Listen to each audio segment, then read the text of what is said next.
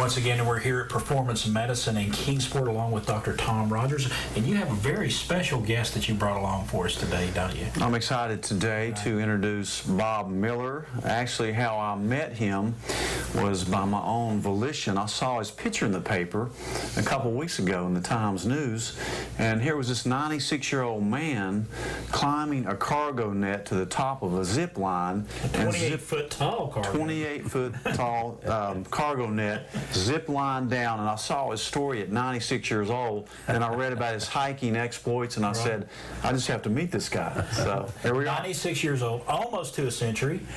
Yeah. What has been the secret to your longevity, do you think? Well, as I told Tom, lifestyle and picking the right parents. Okay, very good. Yeah. Genetics is not something we can do a whole lot about there, but no, it is but really nice. They're important. Yes. They're not the only thing. Lifestyle is important, too.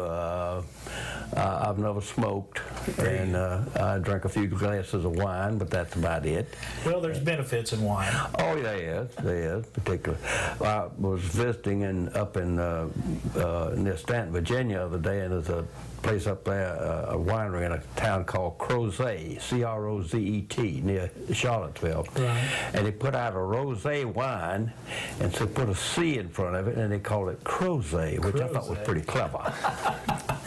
Speaking of clever, it's clever the way that you have maintained your health, and you've done hiking, you've done the zip lining, you've done a lot of things in your life. Talk to us about the hiking club that you're involved with.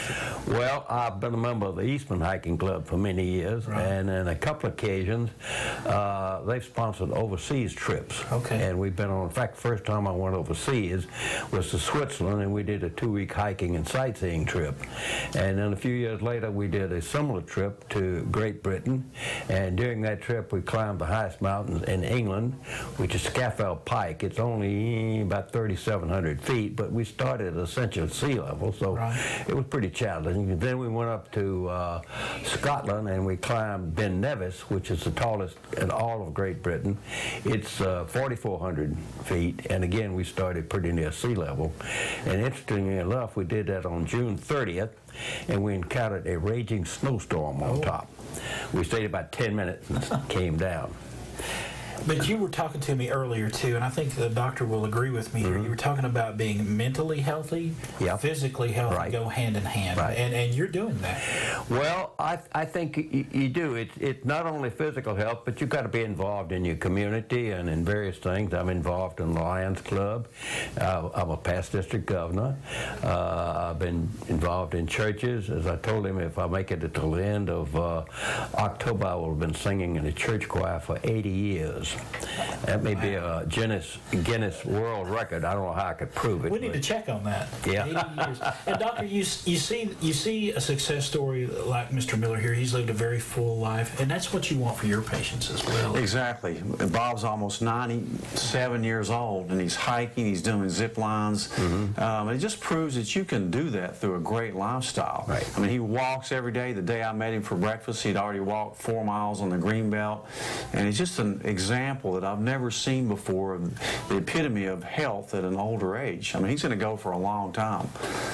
And Mr. Miller, the last thing I want to ask you is what do you tell other folks that are your age, maybe a little younger than you, what do you encourage them to do? Well, one of the main things is, I say, in order to keep going, you have to keep going. Very nice. And if you stop, the chances of resuming are much reduced. And so frequently people decide between their ears that they can't do something, and I almost guarantee they can't do it because they've already decided they can't. But as a matter of fact, many times they can. I think another thing that's important is to have a positive attitude. As I say, optimism and pessimism come at the same price, and optimism is a heck of a lot more fun. And be optimistic about things. I know people, you propose something to, and they begin to immediately explore all the ways it could go wrong. Right. And other people, all the ways it can go right. And most of the time they go right. Occasionally they don't, but most of the time they do. All right. Mr. Bob Miller, thank you so much. Right. Dr. Rogers, appreciate you having us in today. Thank you. Hey, if you want more information about Dr. Miller, about everything that goes on here at Performance Medicine, go to performancemedicine.net.